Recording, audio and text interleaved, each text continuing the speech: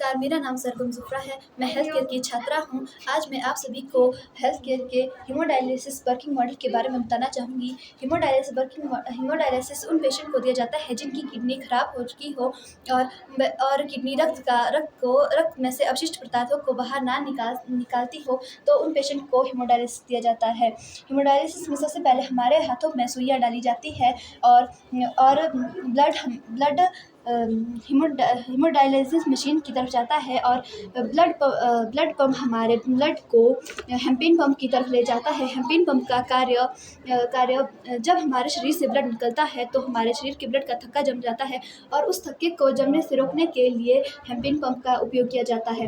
हेम्पेन pump के बाद हमारा blood dialyser inflow pressure monitor की तरफ जाता है। डायलाइजर इनफ्लो प्रेशर मीटर का कार्य है रक्त में से अपशिष्ट पदार्थ को बाहर निकालना।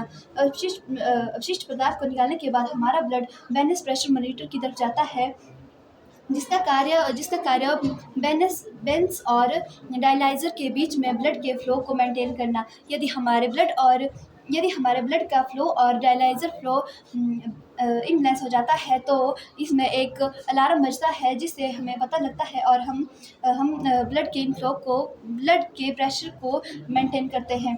उसके बाद हमारा blood air trap and air detector की तरफ जाता है। एयर ट्रैप डिटेक्टर का कार्य है, यदि हमारे ब्लड में कोई एयर बबल आ जाते हैं तो यह हमारे ब्लड के लिए बहुत ही हानिकारक हो सकता है, इसीलिए यह एक ट्रैप करके उस एयर बबल को रोकता है। उसके बाद एयर ट्रैप से निकलने के बाद हमारा ब्लड वापस हमारी बॉडी में चला जाता है। अब मैं आपको हीमोडायलिसिस करके दिखाऊंगी।